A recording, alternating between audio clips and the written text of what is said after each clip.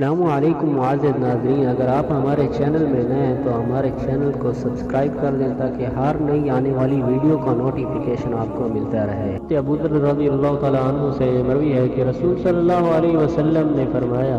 میں وہ کچھ دیکھتا ہوں جو تم نہیں دیکھتے۔ آسمان چر چر کرتا ہے اور اس کو چر چر کرنے کا حق بھی ہے، کیونکہ آسمان میں 4 انگلیوں کے برابر بھی جگہ نہیں ہے جہاں کوئی نہ کوئی فرشتہ اپنی پیشانی رکھے اللہ تعالیٰ کی بارگاہ میں سجدہ ریز نہ ہو۔ بخود اگر تم وہ جان لیتے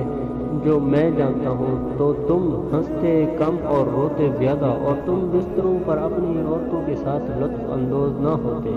اور تم جنگلوں کی طرف اللہ تعالیٰ کی پناہ طلب کرتے ہوئے نکل جاتے۔ دوسری حدیث یہ ہے کہ حضرت ابو برزہ فضلہ بن عبید اسلمی رضی اللہ تعالیٰ عنہ سے مروی ہے کہ رسول صلی اللہ علیہ وسلم نے فرمایا، بندے کے قدم قیامت کے دن اپنی جگہ سے نہ ہٹنے پائیں گے جب تک اس سے کچھ پوچھ نہ لیا جائے کہ اس نے اپنی عمر کو کن کاموں میں صرف کیا، اس کے علم کے متعلق کہ اس نے کن چیزوں میں صرف کیا، اور مال کے متعلق کہ کہاں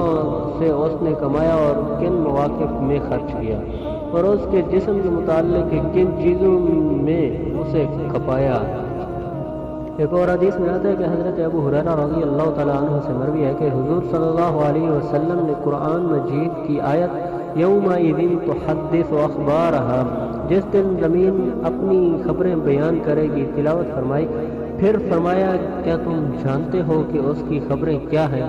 صحابہ کرام رضوان اللہ علیہم نے عرض کیا، اللہ اور اس کا رسول بہتر جانتے ہیں۔ آپ صلی اللہ علیہ وسلم نے فرمایا، اس کی خبریں یہ ہیں کہ ہر بندے اور عورت کے خلاف ان کاموں کی گواہی دے گی جو اس کی پشت پر انہوں نے کیے، اور کہے گی تو نے فلاں کام فلاں دن میں کیا، پھر یہی اس کی خبریں ہیں۔ یعنی زمین میں جو کچھ بھی کیا گیا وہ سب کچھ بتائے گی اس پہ۔